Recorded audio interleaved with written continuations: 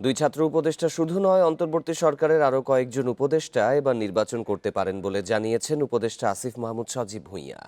বৃহস্পতিবার সচিবালয়ে তিনি জানান, তফসিল ঘোষণার আগেই পদত্যাগ করবেন তারা।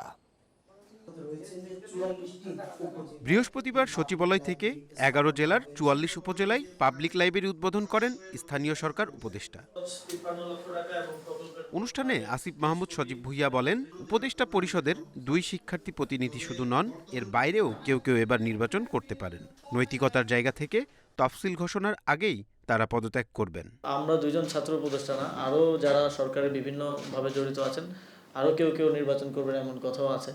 তো সবাই অবশ্যই, এটা এমন কোনো আইন নাই বা এরকম কোনো বিধিনিষেধ নাই যে আসলে নির্বাচনে অন্তর্বর্তীকালীন সরকারের উপদেষ্টা বা কেউ নির্বাচনে অংশগ্রহণ করতে পারবে না।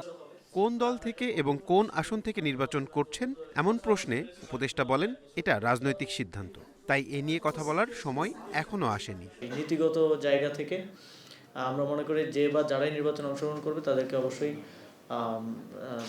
এই নির্বাচনী কার্যক্রমে ঢুকে যাওয়ার আগেই পদত্যাগ করার প্রয়োজন এবং সেভাবেই আমরা প্রস্তুতি নিচ্ছি। আমি মনে করছি যে এখন রাজনৈতিক বিষয়ে কোনো বক্তব্য দেওয়াটা উচিত হবে না। আমি যথাসময়ে আপনাদেরকে জানাবো, আপনারা খুব দ্রুতই জানতে পারবেন।